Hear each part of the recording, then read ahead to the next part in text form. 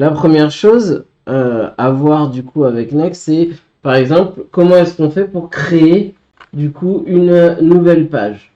Donc ce qu'il faut comprendre, c'est que avant sur les dernières versions de Next.js, par exemple, vous vouliez créer une page, vous faisiez un clic droit about.tsx et ça vous crée une nouvelle page. Maintenant, ils ont changé du coup le routage. Et donc, on va plus parler du coup de page routing comme on avait avant où on créait du coup la page et du coup le routing était en fonction des pages. Mais là, on va créer en fait un app router. Donc, l'intérêt du app router, c'est que du coup, chaque composant en fait, on va créer pour une page, en gros on va créer un dossier et dedans on va avoir page.tsx et ce page.tsx sera ce qui est rendu visuellement. Donc par exemple si on veut une page about, on va faire clic droit, new folder, about.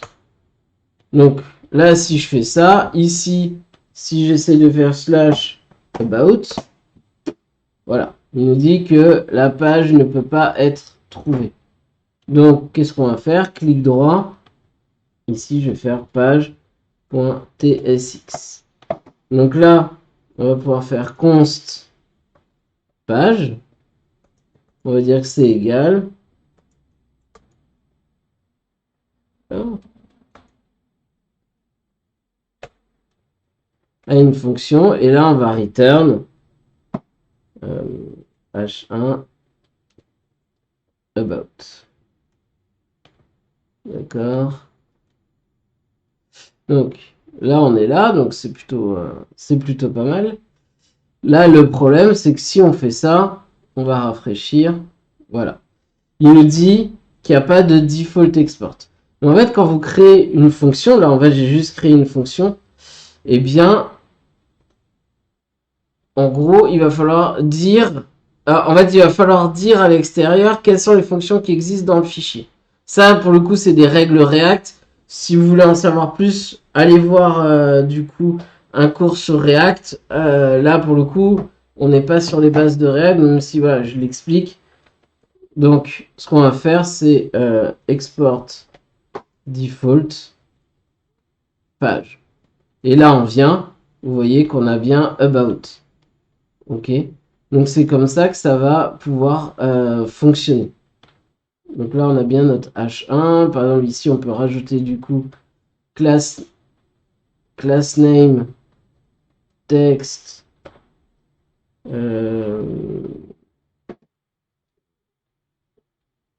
J'ai un doute sur texte ou si c'est font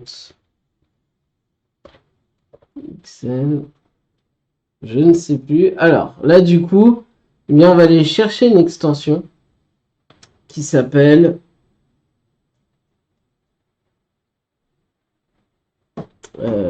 alors, attendez, je reviens. Ah oui, voilà, qui s'appelle.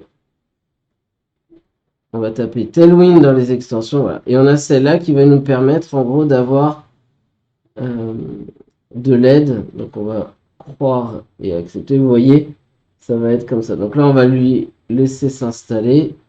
On va refermer pour être tranquille.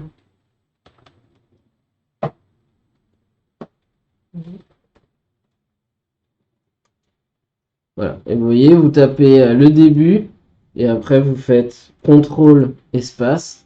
Donc là, par exemple, je vais mettre 2XL. Et là, vous voyez que le texte est devenu plus grand. Voilà. Ouais, ça vous aide, ça fait de l'autocomplétion, ce qui est quand même vraiment plutôt bien. Ici, du coup, main. Je vais pas le faire dans le main. Allez, on va le faire ici. Du coup, on va mettre cette div. C'est vrai que mettre un H1 comme ça, sorti de nulle part, c'est jamais terrible. Donc là, on va faire class name WXL MX auto. Voilà. Donc là, si je fais un clic droit, on voit ici, voilà, on voit que c'est un petit peu grand. Peut-être que XL, c'est, je sais pas combien on peut.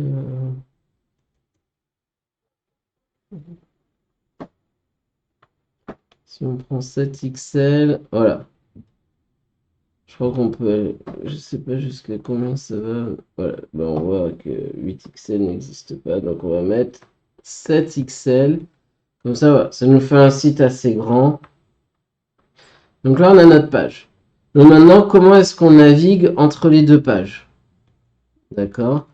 Donc, eh bien, ce qu'on va faire, c'est que on va créer un lien. Donc pour créer un lien, on va taper link et vous voyez qu'il me propose link from next link. Donc là, on va mettre href slash, par exemple home. Maintenant, on est ici, on clique sur home, voilà, on est renvoyé vers home. D'ailleurs, on pourrait faire la même chose. On va en profiter pour rajouter ça ici. CTRL-X, on va mettre ça à la fin, CTRL-S. Voilà. Bonjour le monde.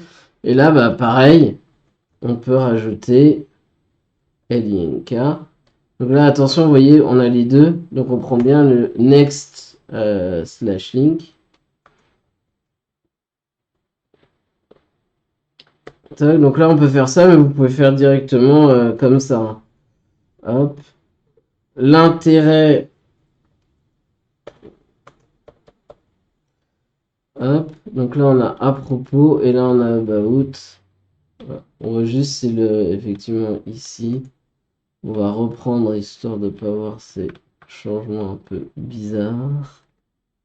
Donc, on va mettre la même classe comme ça. Voilà. About. Voilà. On voit.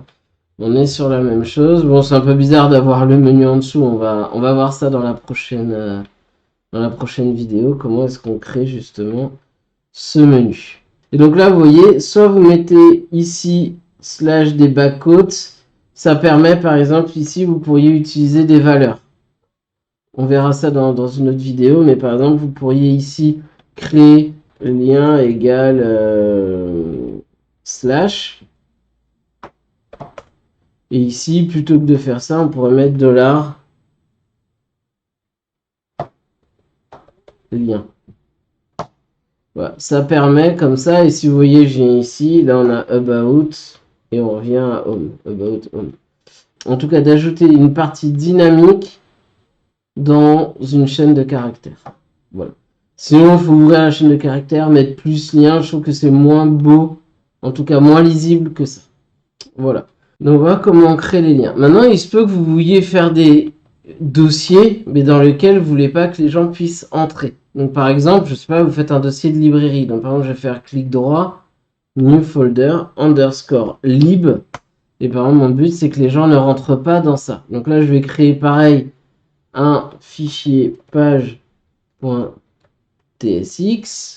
Ici, RAFCE qui est du coup, vous voyez, je vous en avais pas parlé, mais qui est du coup un raccourci qui vous est donné via, hop, on supprime ça, c'est ES7, je le vois pas ici, voilà, il est là, ES7 React Redux React Native Snippet. Donc ici on va faire page dans lib, on va voir si on y accède. Et donc l'idée, vous voyez qu'on a un underscore devant. Donc comment est-ce qu'on va faire? On va essayer d'aller ici, mettre slash underscore lib et on n'y aura pas accès. Donc ça vous permet de créer des pages par exemple, mais qui ne sont pas accessibles. Alors c'est un peu bizarre parce qu'en général quand on veut faire ça, bah, vous verrez quand on va faire le composant navigation, mais en général on le met au-dessus. On ne met pas dans le dossier app, mais bon. Rien ne l'empêche, donc on peut faire ça comme ça. Alors, maintenant il y a autre chose, on peut regrouper les pages. Par exemple, si vous voulez faire une partie admin et une partie front, vous pourriez dire, bah voilà, toutes les pages front, je veux les regrouper. Donc front, c'est le site qui est visible par tous les utilisateurs, et la partie admin, évidemment, que par les admins. Donc ce qu'on peut faire, on va créer un nouveau dossier. Ici, on va mettre front. Et vous voyez, je vais déplacer about dans front. D'accord. Et je vais créer un deuxième folder admin, ce qui nous permettra du coup d'avoir notre dossier admin. Dans le dossier d'admin, je vais créer dashboard et évidemment dans dashboard page.tsx et là RAFCE. Et là on va mettre admin dashboard dashboard. Voilà. Donc là on a créé notre page. Donc maintenant comment ça va se passer? Ici, je vais toujours aller sur à propos et vous voyez que c'est toujours /about. Pourtant, je l'ai bien mis dans front. Mais quand vous mettez comme ça entre parenthèses, eh bien, il n'y a pas besoin, ici, il n'y a rien besoin d'autre. Ça vous permet donc de regrouper les pages. Et donc, si je vais ici dans dashboard, je ne vais pas y arriver. Eh bien, vous voyez, je me retrouve bien avec la page admin dashboard. Alors, peut-être qu'ici, et c'est ça qui est un peu bizarre, je trouve, mais bon, c'est comme ça. On va faire admin et que je vais mettre dashboard dans admin. Donc, c'est vrai que c'est un petit peu particulier. Parce que par exemple, ici, ça veut dire que du coup, on va être obligé de mettre dashboard.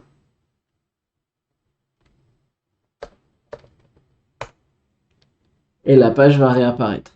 Donc on est un peu obligé de doubler, mais en même temps, bah, ça permet de bien ranger. Alors peut-être qu'admin n'en avait pas forcément besoin, on pourrait créer un dossier admin. Après, peut-être que vous gardez dashboard et vous faites tout votre admin à partir de dashboard. Ça, après, c'est vous qui voyez.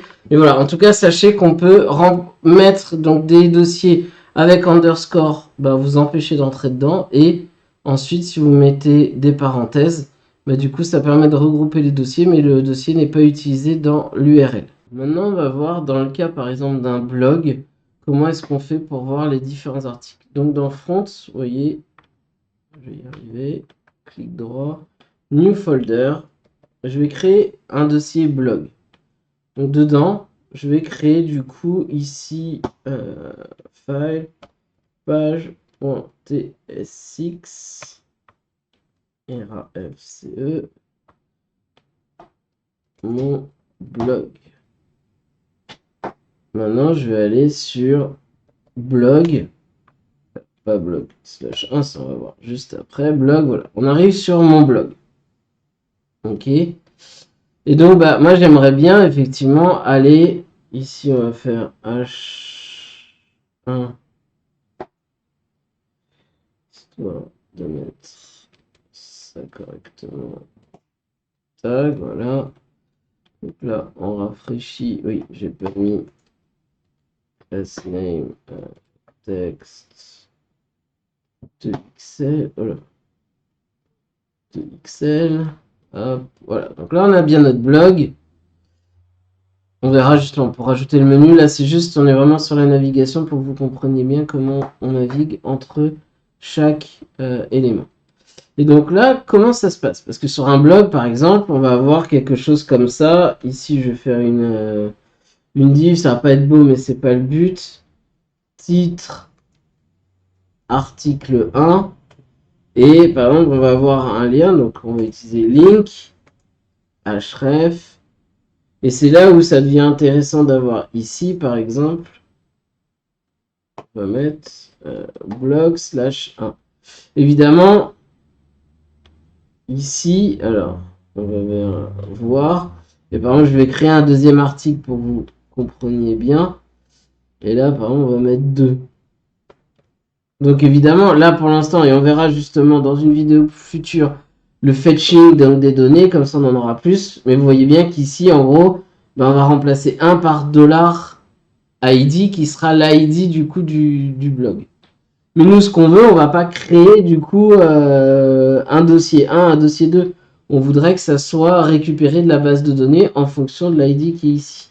Si on passe l'ID 1, on va afficher l'article d'ID 1 et ainsi de suite. Donc ici, voilà, on a nos deux articles, on peut cliquer sur voir.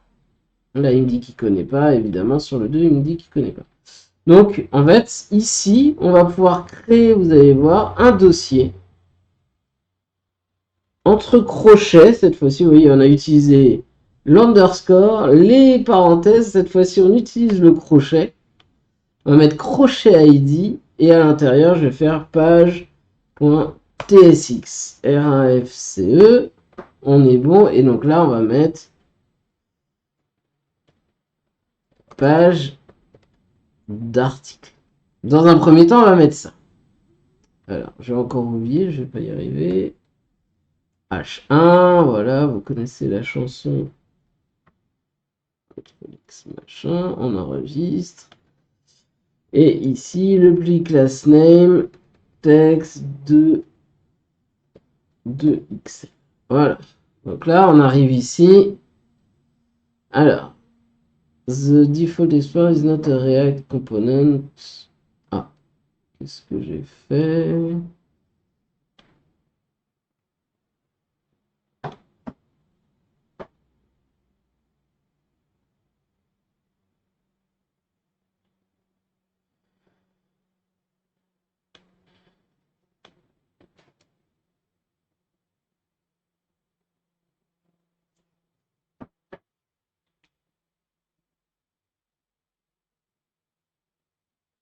Alors là, il nous dit voilà, que c'est pas un default component. À mon avis, c'est parce qu'on n'a pas récupéré ici. On va voir les ID. Donc on va voir, on va avancer là-dessus. Ici, du coup, on va mettre crochet. Du coup, on va lui mettre params. Voilà. Donc on peut spécifier du coup ce que ça va être. Donc on va mettre params. 2 points. Et du coup, ça va être promise. Et il va falloir préciser ici, comme ça, ce qu'on va passer. Donc on va lui passer ID. On va mettre number. Voilà. Donc effectivement, en gros, params, on lui dit que c'est une promesse qui renvoie un objet avec ID à l'intérieur. Et donc nous, ici, ce qui va se passer, qu'est-ce qu'on va vouloir récupérer ici? Évidemment, ça va être du coup l'ID. Donc ce que je vais lui dire, je vais lui faire const du coup ID. Et on va lui dire que c'est await de params. Voilà. Et donc là, évidemment, await, eh bien, un await, vous voyez, il nous dit que ça peut être que dans une fonction qui est asynchrone. Donc on va mettre async. Et maintenant, page d'article, 2 points, et on va mettre voilà, ID pour afficher l'ID pour voir si le texte se met bien à jour en fonction de ce qu'on fait. Donc, on rafraîchit. Donc là, vous voyez, 2, on récupère bien 2. On revient ici, on clique sur 1, il nous affiche bien le 1. Donc voilà, c'est comme ça que ça va fonctionner. Alors, une petite particularité, ici, on va faire console.log. Ça va un peu manger sur une prochaine vidéo, mais ça vous donnera déjà une idée. Voilà, vous voyez ici, on a serveur 1, et vous voyez qu'ici, j'ai mis async, et comme j'ai fait le console.log dans un composant async, vous voyez qu'il nous écrit serveur. Si je me mets sur la page de blog et qu'ici j'écris console.log test, je vais revenir en arrière.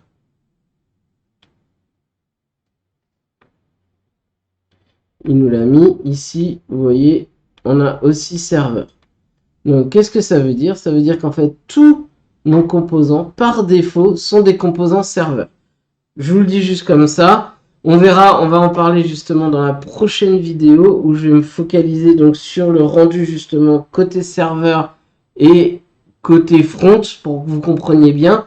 L'idée en fait c'est juste pour expliquer, c'est qu'en fait quand vous développez un site web, il se fait du coup côté, à la base c'est le serveur, par exemple si vous faisiez du PHP, c'est le serveur qui génère la source qui est envoyé du coup au navigateur. Et le navigateur, il se contente d'afficher le HTML qu'on lui envoie.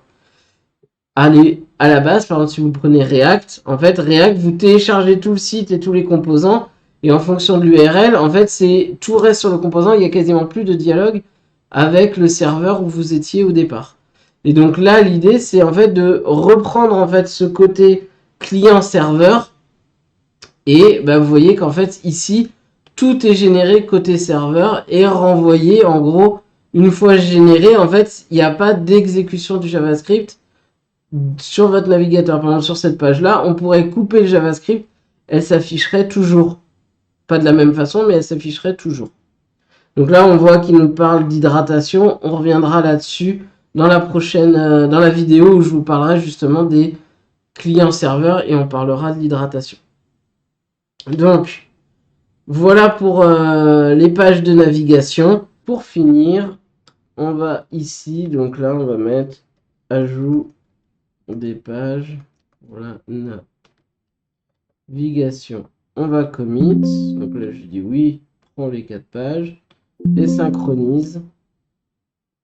Comme ça, il va mettre à jour là. Voilà, et vous voyez, on peut suivre du coup l'avancement.